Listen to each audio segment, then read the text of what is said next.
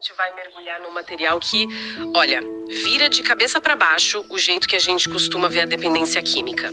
A fonte é um documento do Ozil Bittencourt, um terapeuta que, depois de viver o problema na pele, criou um método chamado Reencontro do Eu.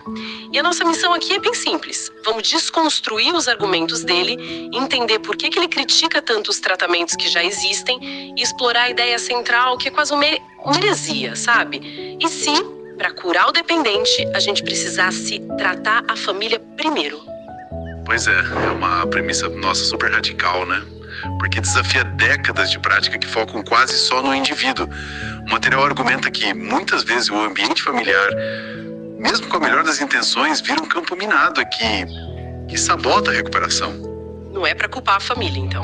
Não, a proposta não é essa. É vê-la como um paciente igualmente importante no processo. Ok, vamos desmontar isso então. E a origem de tudo é uma jornada muito pessoal, quase de filme. O criador do método, Oziel, teve uma vida bem marcada por perdas desde muito cedo. Perdeu a mãe aos 9 anos. 9 anos. E aos 11 já teve o primeiro contato com álcool e outras drogas. Foram 22 anos mergulhado nisso. 22 anos. É importante a gente parar um pouco nesse número, né? Não estamos falando de uma fase. É uma vida adulta inteira, moldada pela dependência. E o ponto de virada, que dá credibilidade a tudo, é que ele decidiu mudar. Sozinho. Sem clínica, sem nada. Sem internamento, sem intervenção externa. E hoje ele está sóbrio há 2 décadas. A solução nasceu da necessidade dele, sabe? Do laboratório da própria sobrevivência, antes de virar um método para os outros. E foi a partir daí que ele fundou a comunidade terapêutica A Esperança Sem Drogas. Mas o verdadeiro clique, a descoberta que muda tudo, não veio enquanto ele se tratava. Veio quando ele começou a observar os outros. Ele via as pessoas melhorando muito dentro da comunidade, um progresso incrível, mas aí... Voltavam para casa. Exato. Voltavam para casa e o ciclo recomeçava. O que ele estava vendo ali? O que acontecia quando eles saíam pelo portão? Ele percebeu um padrão. Um padrão trágico, na verdade. A família recebia a pessoa de braços abertos, cheia de amor, de esperança, mas a dinâmica familiar em si estava doente. As intenções eram boas, mas os comportamentos não, exatamente. As intenções eram as melhores, mas os comportamentos eram disfuncionais. E ele deu um nome para esse fenômeno que é o centro de tudo: codependência. Codependência é uma palavra que a gente ouve bastante, mas às vezes meio por alto. Na prática, o que isso quer dizer no dia a dia de uma família? Olha, a fonte descreve como um padrão de relacionamento onde se ama tanto, mas tanto, que se acaba sufocando outra pessoa. Os sintomas que ele menciona são tipo baixa autoestima, uma necessidade constante de aprovação dos outros e, o mais visível de todos, uma dificuldade enorme de dizer não. De colocar limites. Dá pra dar um exemplo prático disso? Claro. É a mãe que paga a dívida do filho só mais esta vez. Pela 10ª vez. É o marido que liga pro trabalho da esposa e diz que ela tá doente quando na verdade ela tá de ressaca. Ah, entendi. São atos que parecem de amor e proteção? Parecem. Mas na realidade, o que eles fazem é amortecer as consequências. E sem sentir as consequências, a pessoa nunca entende o impacto real do comportamento dela. E aí, não tem um motivo de verdade para mudar. Mas essa ideia não corre o risco de jogar a culpa na família? Uma mãe que faz isso está agindo por amor, por desespero.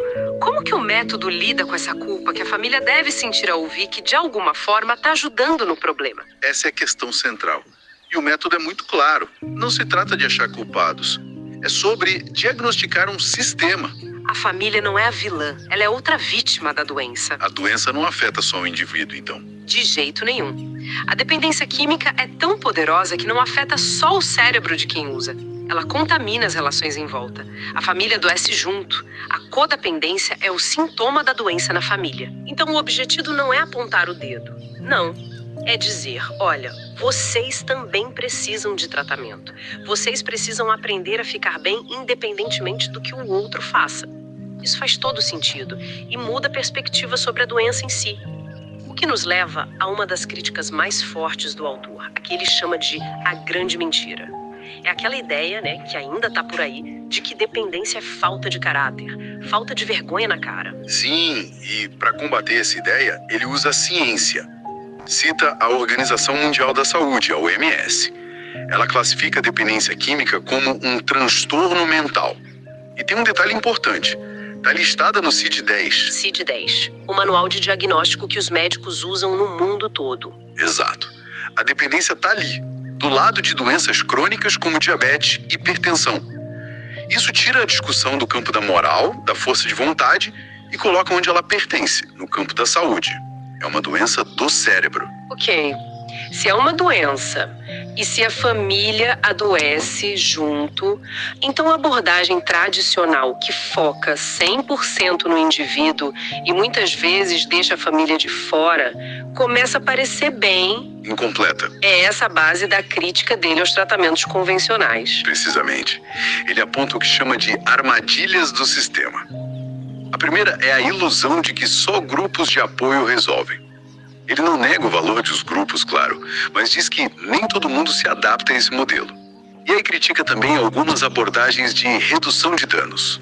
O que seria isso? Na prática, segundo ele, às vezes significa só trocar uma droga ilegal por um coquetel de remédios controlados.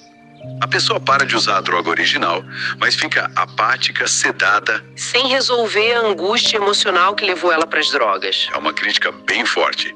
Ele está dizendo que o tratamento foca em controlar o sintoma, que é o uso da droga, em vez de tratar a causa, a dor por trás. Exato. E a segunda crítica é ainda mais polêmica. É direcionada ao que ele chama de indústria da recuperação.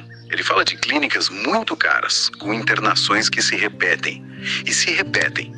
A questão que ele levanta é sutil, mas é poderosa. Peraí, ele está sugerindo que essas clínicas lucram com as recaídas?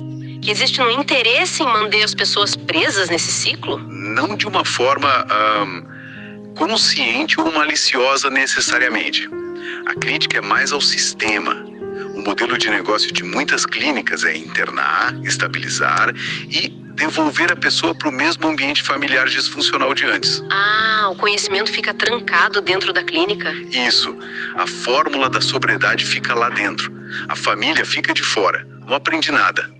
Aí, quando a recaída acontece, o que é quase certo naquele ambiente, a única solução que a família conhece é pagar outra internação. Cria-se um ciclo de dependência do próprio tratamento. Exato. A crítica é sobre a falta de capacitação de transferir o poder, a autonomia, para a família. Ok, então o problema está definido. Um sistema que isola o doente e deixa a família no escuro. E é para quebrar isso que surge a solução dele, o método réu reencontro do eu.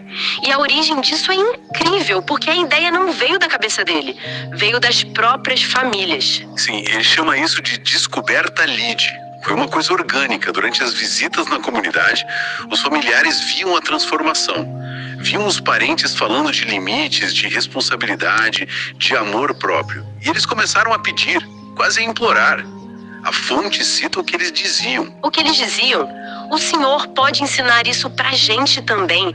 A família também precisa saber o que ele aprende aqui. Foi um pedido que veio da dor, da necessidade. Eles perceberam que estavam falando línguas diferentes e que precisavam do mesmo manual de ajuda explícito. Então a solução foi literalmente pedida pelos clientes. Significa que a solução é a simetria. É isso. O conhecimento que transforma o dependente tem que ser espelhado ao mesmo tempo para a família. Para criar um ecossistema coerente para o retorno da pessoa. Exatamente. Deixa de ter o lado doente e o lado são e salvador. Passa a ter um sistema inteiro reaprendendo a funcionar, com a mesma linguagem e as mesmas ferramentas. A família deixa de ser uma espectadora passiva para se tornar o agente mais importante da solução. E para dar credibilidade a essa abordagem, o material cita uns casos de sucesso que são impressionantes. Fala de um homem chamado Max. A história dele é um retrato do fracasso do sistema tradicional. Sim, os números são assustadores. O Max passou por 25 tratamentos diferentes. 25? E 18 internações em clínicas. 18. É difícil até imaginar o desespero de uma família passando por isso. O custo emocional, financeiro. Isso mostra que para algumas pessoas o modelo de internar e devolver está fundamentalmente quebrado. E ele só conseguiu parar quando a família entrou no processo. Segundo o testemunho, foi só quando a família dele entrou no método que ele encontrou uma sobriedade que durou. E tem também o caso da Núbia Queiroz, mãe de um dependente de crack por 18 anos. 18 anos. A ideia que fica é que quando a família aprende a identificar os comportamentos disfuncionais, tanto os seus quanto os do outro, ela ganha o poder de corrigir a rota. Ela deixa de ser refém. Embora os testemunhos sejam sempre muito fortes, a grande sacada do método parece ser essa: a transferência de conhecimento, de autonomia. A proposta é quebrar um ciclo de dependência que vai muito além da química. É uma dependência emocional, sistêmica, onde a família se sente impotente, perdida. O método devolve o controle e a dignidade para eles. É essa a ideia. Certo. Então, para a gente amarrar as ideias principais que a gente explorou. No fundo, a grande virada que o material propõe é mudar a pergunta. Em vez de perguntar como a gente conserta essa pessoa, a pergunta passa a ser: como a gente reconfigura o ecossistema em volta dela para que a cura seja possível. E sustentável, principalmente. Exato. O primeiro pilar é essa redefinição da dependência como uma doença sistêmica, que não vive isolada numa pessoa, mas se espalha pela família toda. O segundo é identificar a codependência não como uma falha moral, mas como um sintoma dessa doença, um obstáculo que precisa de tratamento. Isso. E o terceiro, que é a solução, é focar uma parte enorme da energia e da educação na família. Dar a eles as mesmas ferramentas, o mesmo vocabulário que é dado ao dependente. É transformar a família, que podia ser um gatilho para a recaída, na principal guardiã da recuperação. E se a gente pensar de uma forma mais ampla, essa ideia de tratar o sistema em vez de só o indivíduo com o problema, isso é revolucionário para tantas outras áreas. Como assim? A gente vê isso em dinâmicas de saúde mental, em conflitos de casal, até em ambientes de trabalho tóxicos. Quantas vezes o foco não é em consertar o funcionário desmotivado, quando na verdade é a cultura da empresa, o sistema em volta que precisa ser reconfigurado. É uma perspectiva muito poderosa, realmente. E nos deixa com uma última questão para reflexão, que se baseia na premissa central de todo este material. A fonte sugere que ações que nascem do amor, da melhor das intenções, podem na verdade estar perpetuando um ciclo de sofrimento. Isso leva a uma pergunta mais ampla, sabe? Para a gente pensar. Em que outras áreas da vida as nossas tentativas de ajudar alguém, um filho, um amigo, um colega, podem, sem a gente querer, estar na verdade impedindo a recuperação ou o crescimento real dessa pessoa?